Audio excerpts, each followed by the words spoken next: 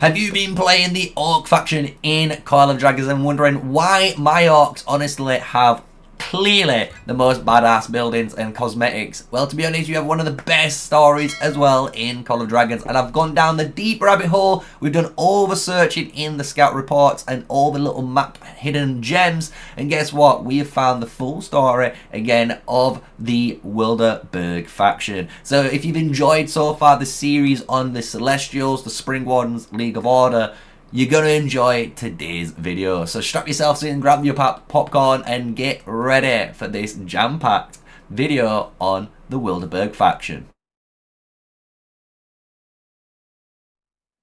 So from the beginning, we actually know how the Orcs came about because we've done the Celestial story.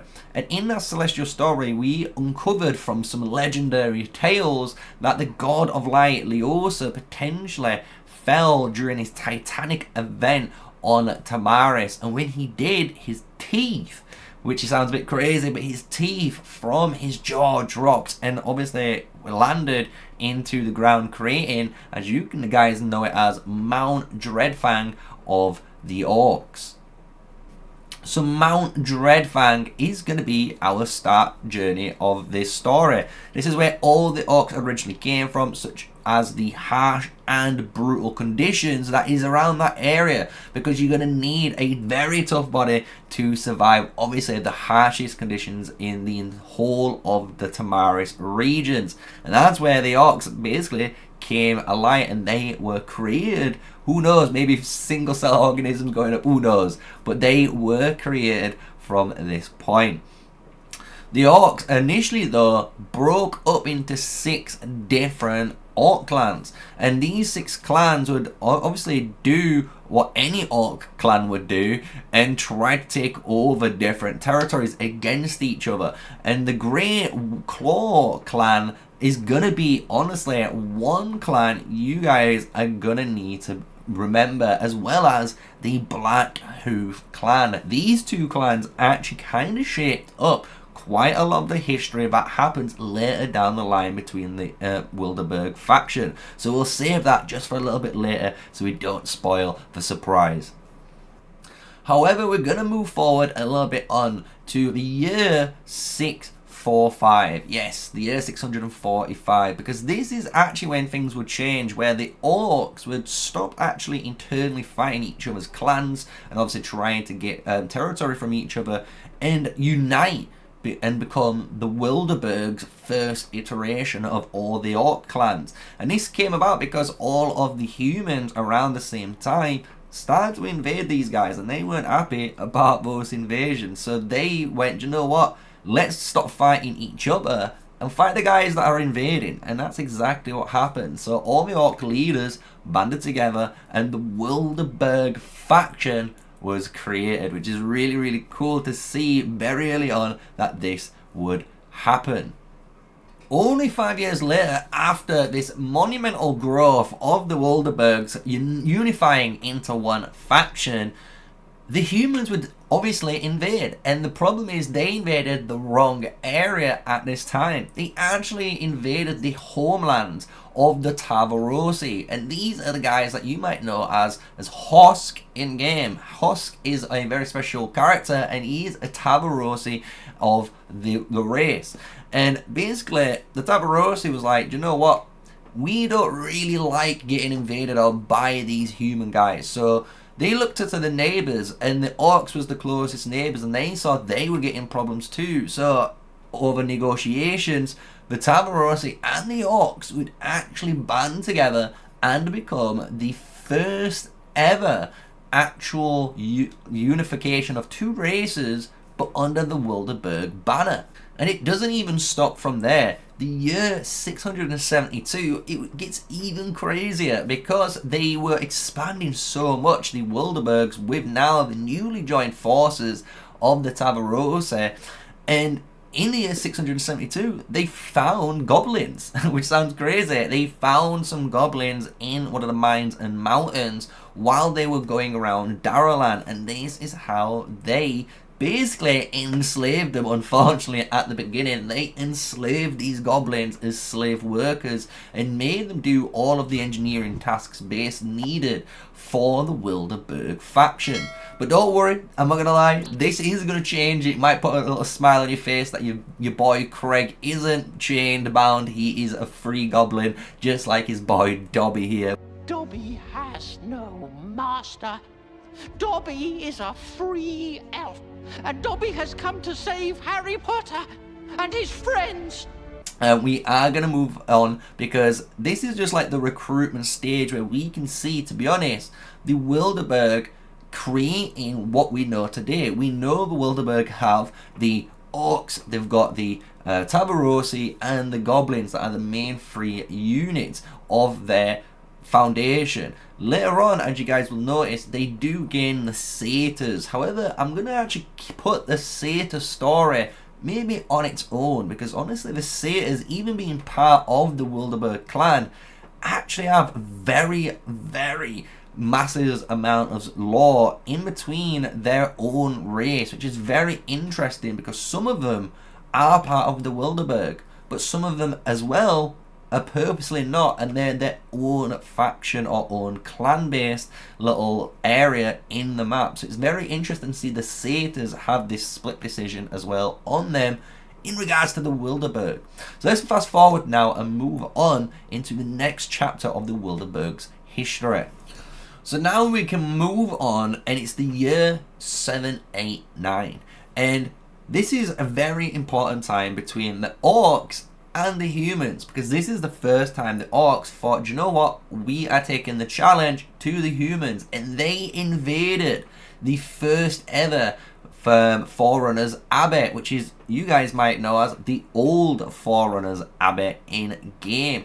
And this is where one of the most noble houses of League of Order's headquarters was. So the fact that the orcs came in and brutally destroyed, as you can see, the Forerunners Abbey shows that they were ready to, you know, go to war. But the problem were, this was a bloody battle on this soil, and it only lasted approximately 2 years until the orcish invasion actually backs off and they retreat into their homelands, because both sides were actually getting heavy losses during this time.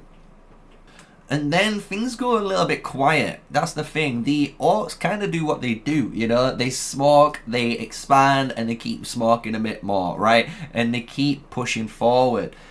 But that's where we start getting closer and closer to the present. And the thing is, when we get closer to the present, that's where you start to learn why the Wilderburg actually became one of the most powerful factions out of the three in the lore of Call of Dragons.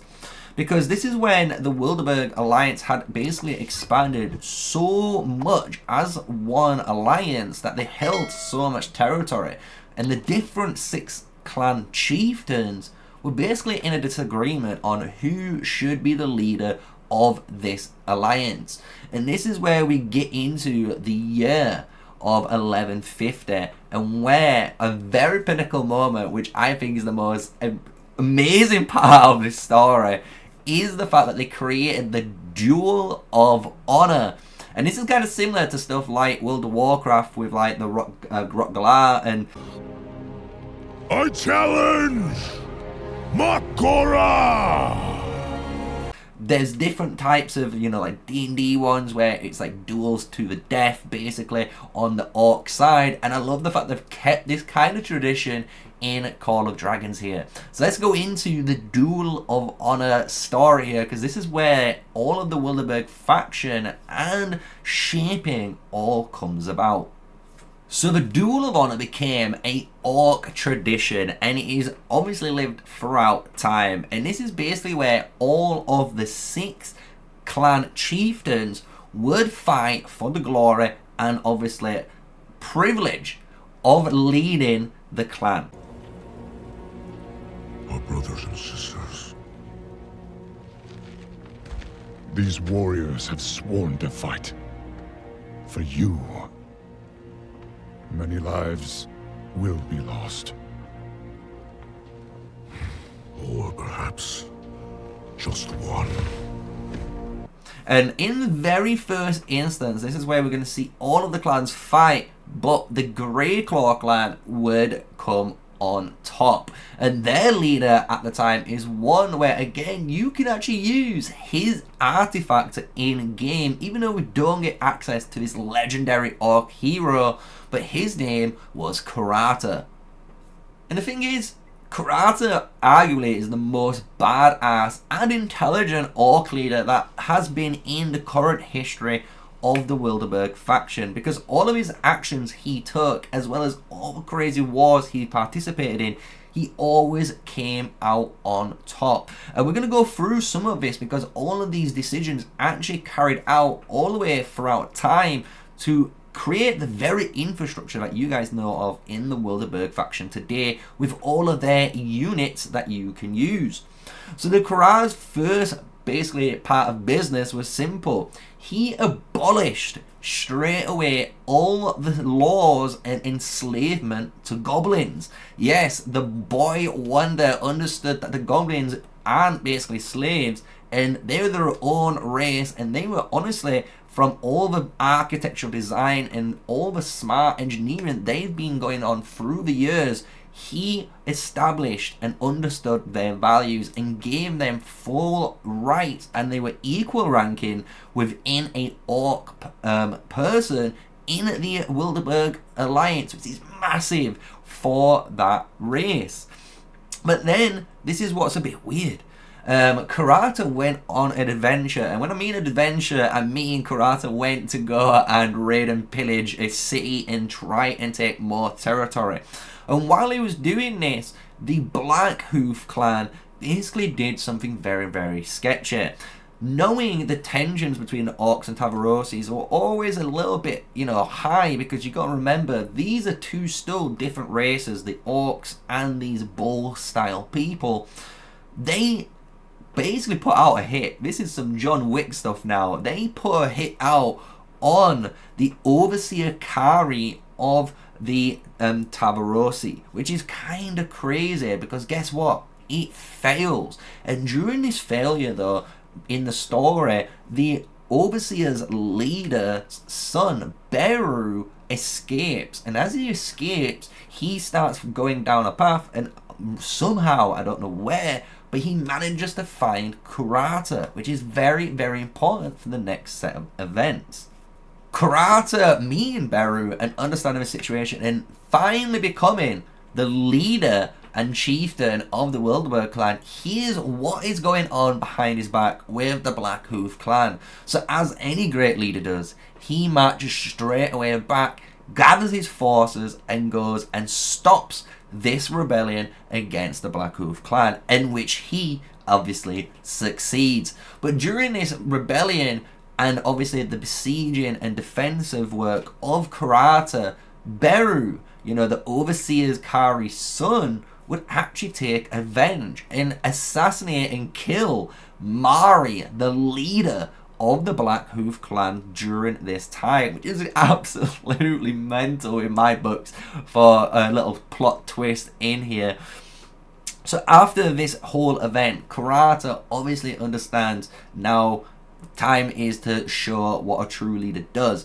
And Karata then imposes some very strict fines on resources that need to come from the Black Hoof clan's mines and given to the Wilderburg compared to all the other clans, because of the basically atrocities that they have just committed against the Wilderburg chieftain. Karata would then later return back to his homeland in Daralan, where obviously all of the Wilderburg faction loved him and obviously adored this amazing and powerful, strong leader that they had. And what he asked for was the Wolf Shrine. Yes, the Wolf Shrine is one actual wonder that he asked the people to create, and guess what? They did a pretty goddamn job in making that amazing structure and wonder for you guys to obviously claim that free tier 4 units from. But it was just a monument for all of his success that he's done as a true leader for the Orcs, and especially for the Grey Claw clan, where some of your favorite heroes actually come from. now the story is getting a little bit closer again to the current day, because we're now going to see and hear a story on the downfall of Karata, which honestly broke my heart to hear. However, every great leader needs to be obviously taking the knee, let's just say. So what happens is, during this time, Karata now gets confident, and he might get a bit too confident in the modern times. And what he does is launch a attack from the Orcish lands in the Wilderburg and Darrowland areas across into Hollandale, and going then threatening into Sofrostia against the elves. This is the first time where orcs were fighting elves in history, but during this time humans did occupy Hollandale, so they had to obviously fight through two factions at once. And during this fight, which you can learn through obviously the scout reports and the scout maps, if you go and check out some of these little locations, you will find out that Karata obviously beats the humans. He starts beating down these humans and starts destroying them. However, the humans then go to the elves, and as any great or Lord of the Rings tale or any fantasy tale here, they basically asked the elves for aid, and the elves came, and it was the elves and humans then against the orcs. And during this time, Karata would be on the battlefield fighting on the front lines, and one of your favorite heroes in the game, Freyja, would be present. And a very young Freyja during this time would be fighting amongst all of her other elven legendary heroes at that time, and she would be the legendary hero that would kill Karata by doing the final killing blow with her bow and arrow across the battlefield, landing straight through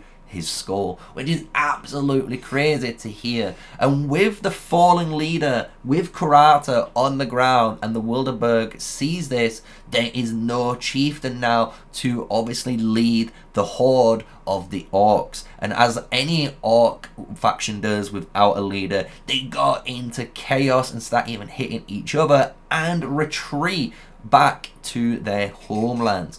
And that's when we get to the present time, because then at the present time, when they return, Durata is becoming, or is, the current chieftain of the whole of the Wilderburg faction. And that's it. That's basically the story all the way up to the present day. You have honestly this insane clan, obviously versus clan action, as you would imagine from the orcs, going into this absolutely amazing, you know, honor, duel of the honor tournament they make, and then going into again the falling of a great leader and rising his son Durata into his position to take over the lead. So let's see in the next couple of seasons if his leadership is enough to keep that story going for the Wilderburg faction.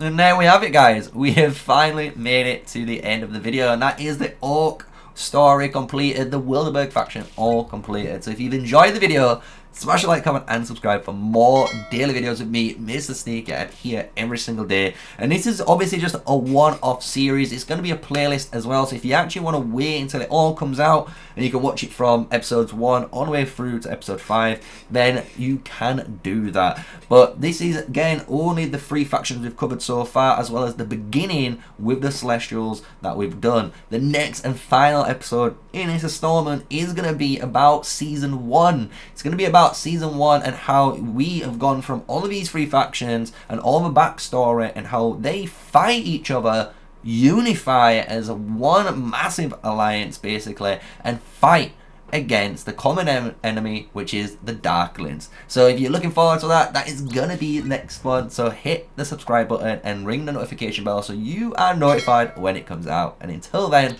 stay safe, stay sneaky, peace out.